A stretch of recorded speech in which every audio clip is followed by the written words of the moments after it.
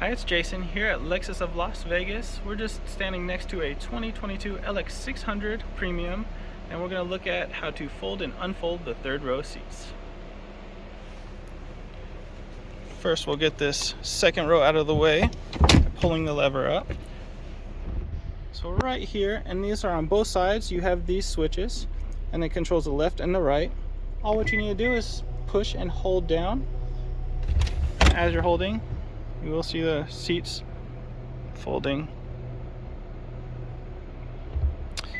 Pretty simple and easy, and like I said, you have it on both the driver's side as well as the passenger side.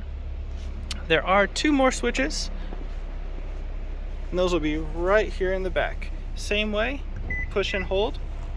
As you're holding, seats are coming right back up.